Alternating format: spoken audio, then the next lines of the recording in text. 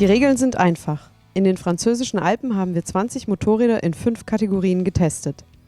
Modern Classics, Power Nakeds, Mid Nakeds, Adventure und Touring Bikes.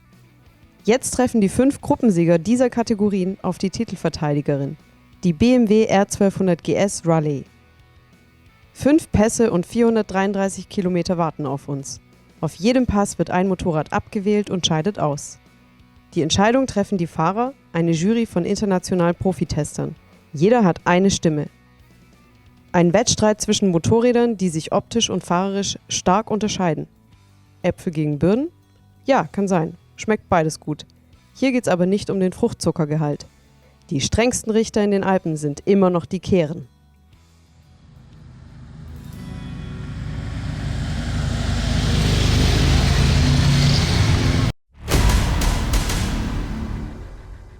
Hello, my name is Nordstrom. I'm from MoTORRAD Scandinavia, and we are now here in Galibier to kick out the first bike, which is the Triumph Speed Triple RS. Actually one of my favorite bikes because it's very sporty and it has a very good suspension from Swedish company Öhlins, and the brakes and the engine is fantastic with a 3-cylinder and very powerful and with a very nice sound. For me it's one of the best bikes. I think I can drive very fast with it here in the Alps, faster than any other, but on the travel here it's maybe a little bit hard, and in bad weather it's a little bit harder suspension, so if it's really bumpy the roads it will be a little bit uncomfortable maybe. Unfortunately my favorite bike, the Speed Triple RS, got kicked out here already in Galibier with 4 against 2 votes.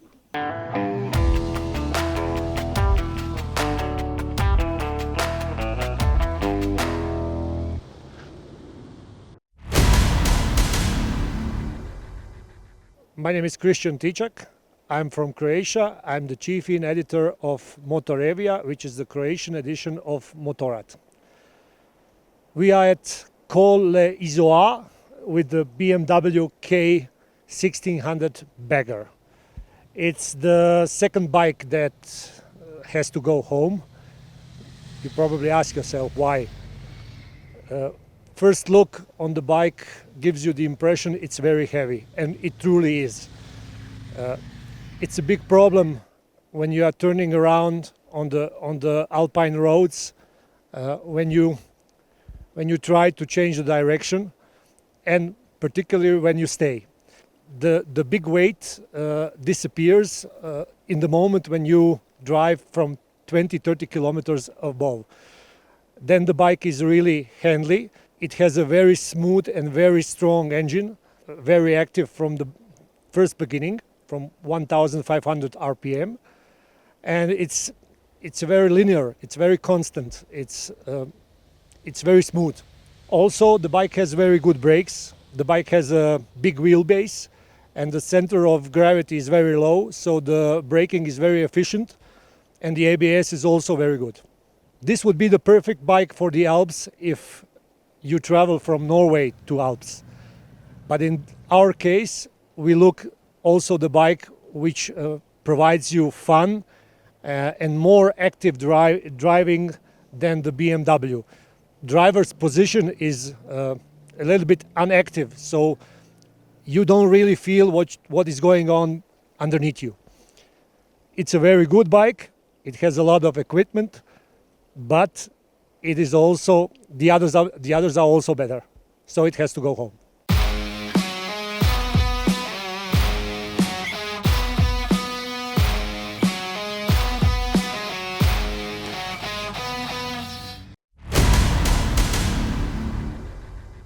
Hello, my name is Jeroen Hidding. I'm from the Netherlands, from Motor Plus magazine, and at the moment we are at the Col de la Madeleine, and now it's time to say goodbye to the KTM 790 Duke. Schade, like they say in Austria, because it's a very nice bike. It's really light, it's really agile, it's easy to get it into the corners. The engine makes really fun, it has good electronics. The blipper is fantastic, and the sound of the engine is awesome. The only thing is, with the remaining competitors, the suspension, which is really basic, and the tires, which just miss a little bit of feedback. That makes the KTM too loose, and we have to say goodbye now.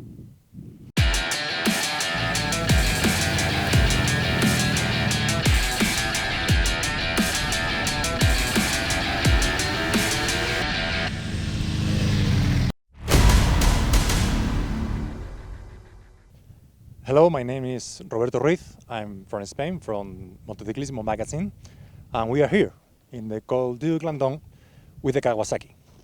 The Kawasaki is the winner in the Modern Classics category. And here in the final is the only Japanese bike, the only with 4 cylinders. It has a really smooth engine, it's powerful, it's really funny, but it's true that if you want to go to the limit, maybe you can find a little bit soft suspensions. As you can see, it's a really beautiful bike. It's well done. It's classic, but it's modern. The technology is a little bit basic. Of course, we have ABS and we have control traction, but it's true that it's not enough. You can go fast. If you want, you can go really fast. But it's true that then you find a little bit soft suspensions and a little bit soft bike. This is good and this is bad because it's a really comfortable bike. The riding position is perfect, the seat is perfect. It's true that here in the Alps, the other 2 rivals, the Tiger and the GS, are a little bit ahead.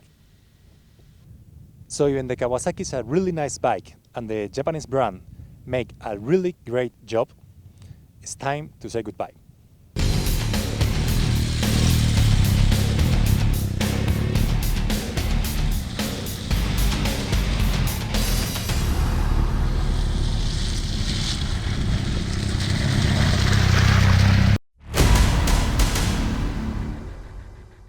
Hello everybody, I'm Andrea Padovani. I came from Italy. I write for Moto and Motorsport magazine. We're at the end of the day and we have to choose who is the winner of Alpen Master.